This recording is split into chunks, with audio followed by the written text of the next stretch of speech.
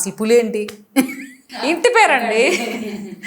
పులి అనేది నా రియల్ టైగరా? ఇంకా అంతే అయిపోయినట్టుంది. ఎస్, ఇంటి పేరు. సో ఆ ఇంటి పేరు కాస్త నిజంగా అయ్యప్ప స్వామి నాకు ఆ ధైర్యాన్ని ఇచ్చాడేమో నిజంగా తెలియదండి. నేను నిజంగా నా వెనక నా ఫ్యామిలీ తర్వాత నా భర్త తర్వాత ఉండేది ఆ భగవంతుడే, ఆ వెంకటేశ్వర స్వామి సాక్షాత్తు ఆయనే మాట్లాడిస్తున్నాడు. ఈ పులి కూడా అయ్యప్ప స్వామి వాహనం కాబట్టి నాకు చాలా ఇష్టం అయ్యప్ప స్వామి అంటే. ఎవ్రీ ఇయర్ నేను మంచిగా పడి పూజ కూడా ఇంట్లో చేపిస్తాను అనమాట. బాగా బాగా ఇష్టం అయ్యప్ప స్వామి అంటే. ఇంకంతా వీళ్ళే చూసుకుంటున్నాను. ఒకసారి మీ చైల్డ్హుడ్కి వెళ్దాం. మీ ఆరిజిన్ ఎక్కడి నుంచి స్టార్ట్ అయింది? మాది నెల్లూరు డిస్టిక్లో ఒక చిన్న పల్లెటూరు మారుమూల గ్రామం అనమాట.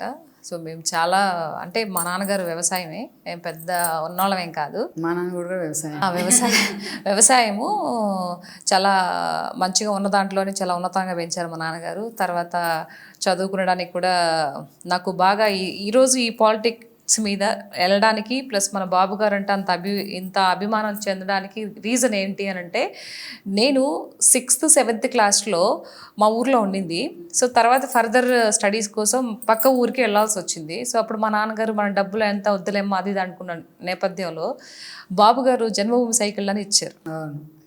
సో నాకు అప్పటి నుంచి బాగా అభిమానం అనమాట. మనకి ఏదైనా కావాలనుకున్న టైంలో సో ఎవరన్నా మన చేతికి ఏదైనా ఇచ్చినప్పుడు ఎంత ఆనందంగా ఫోకస్ అంతా వెళ్తారు.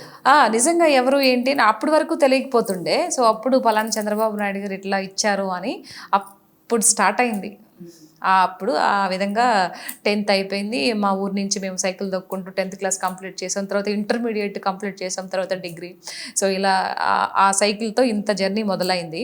ఆ తర్వాత మ్యారేజ్ అయింది. మా వారు నన్ను ఇష్టపడి పెళ్లి చేసుకున్నారు. ఓకే. తర్వాత 17 ఏళ్ళకి పెళ్ళయింది. 18 అనుకుంటా, 18 వచ్చింది, పెళ్ళయింది. 3 పిల్లలు, 21 సంవత్సరం వచ్చరికి 3 పిల్లలు. ఇండివిజువాలిటీ ఉంది మిమ్మల్ని చూస్తుంటే. అంత చిన్న వయసులో పెళ్లికి ఒప్పేసుకున్నారు మరి?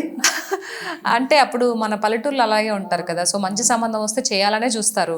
సో మా అక్క, మా అన్న, నేను లాస్ట్. సో అన్నకి అక్కకి ముందు పెళ్ళిళ్ళు అయిపోయాయి, తర్వాత లాస్ట్లో నాకు. తర్వాత పెళ్ళిళ్ళు అయిపోయి పిల్లలు పుట్టారు. పిల్లలు పుట్టిన తర్వాత అనుకోకుండా హైదరాబాద్కి రావడం. హైదరాబాద్లో కూడా నేను ఫస్ట్ వెల్లంకి స్వీట్ హోమ్లో మేనేజర్గా పనిచేయడం, తర్వాత South India shopping mall sales గర్ల్గా చేయడం, అక్కడి నుంచి మళ్ళీ ఆర్ఎస్ బ్రదర్స్లో అకౌంటెంట్గా పనిచేయడం, అక్కడి నుంచి ఫిలిం ఇండస్ట్రీకి ఎంటర్ అవడం, అక్కడి నుంచి ఇప్పుడు పాలిటిక్స్.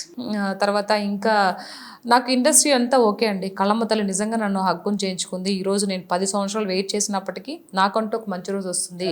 ఒక కంపెనీ ఆర్టిస్ట్ నుంచి ఒక క్యారెక్టర్ ఆర్టిస్ట్ నుంచి ఈరోజు ప్యాడింగ్ ఆర్టిస్ట్ వరకు ఎదిగానంటే 3 స్టెప్పులు ఎదిగాను. సో అది కేవలం నా భర్త చెప్పిన మాటలు కానీ, నా నడవడికి కానీ, నా వే ఆఫ్ టాకింగ్ కానీ, వే ఆఫ్ బిహేవియర్ కానీ ఈరోజు ఈ స్థాయికి వెళ్ళడానికి దోహదపడ్డాయి. సో అందరూ ఆ విధంగా ఉంటారని కూడా, ఉండాలి అని కూడా నేను చెప్పను. ఎవరి యొక్క వ్యక్తిగతం వాళ్ళది, ఎవరి యొక్క మనస్తత్వాలు వాళ్ళే. నేను బాగా ప్రేమించింది నా భర్తని, నా పిల్లల్ని, నా ఫ్యామిలీని. కాబట్టి ఈరోజు ఈ పొజిషన్లో ఉన్నాను. సో ఇట్లాంటి విషయాన్ని కూడా ప్రతి ఒక్క లేడీ అర్థం చేసుకోవాలి, అంతే.